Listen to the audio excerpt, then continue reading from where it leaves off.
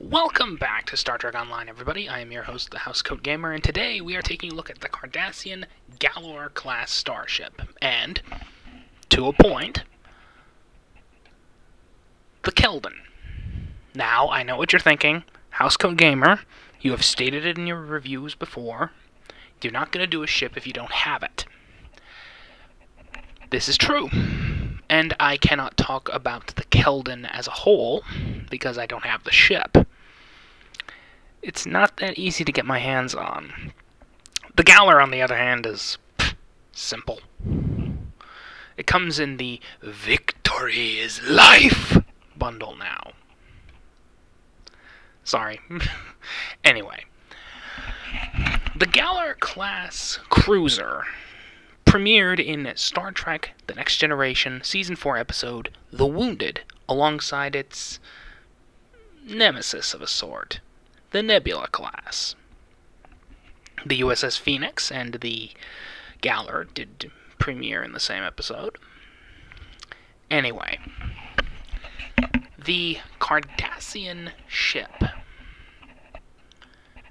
This vessel is referred to as a destroyer, a cruiser. I'm going to stick to cruiser. Is the most common vessel in the Dominion, in the Cardassian fleet. I apologize. I'm confusing Dominion with Cardassian for a reason. Because I count this as a Dominion ship. These ships, alongside the Hideki and Keldon classes, served in the Dominion War. Right up until Damar said, enough is enough, I'm siding with the Feds. In Star Trek Online lore, these vessels were gifted to the Klingons and the Federation. This is an excuse just to have players get their hands on the Cardassian ships. I will fully admit that. Huh. I never really noticed that before. It looks like the Galor has a few modifications, or at least a modified Vorcha-class head on the tail there. Anyway.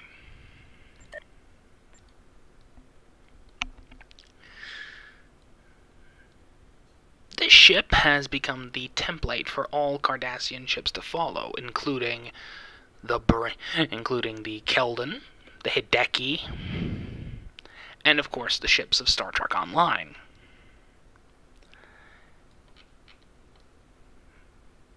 Is it a vessel worth picking up?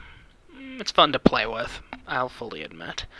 That said, fun to play with does not mean truly useful. This is a Tier 5 ship. The only reason you're going to pick this thing up is to get your hands on the fancy spiral wave weapons, which combine disruptor and phaser procs as one. A unique way of getting around the they have disruptors, no they have phasers thing. No, they have both. It works. That said, those disruptors are obscenely expensive. Believe me, you don't want to touch them. Or pay for them. I would know. I spent way too much dilithium getting my hands on them. Just for one character. But at any rate, the Keldon is probably worth getting, and it's a little more bulked out. And this serves as a preface to the rest of the Dominion Navy. Now I know what you're thinking. The rest? Yeah, the rest. Because just like the Cardassians, the Breen were part of the Dominion too. The Breen will be talked about as well. Housecoat Gaming, signing off.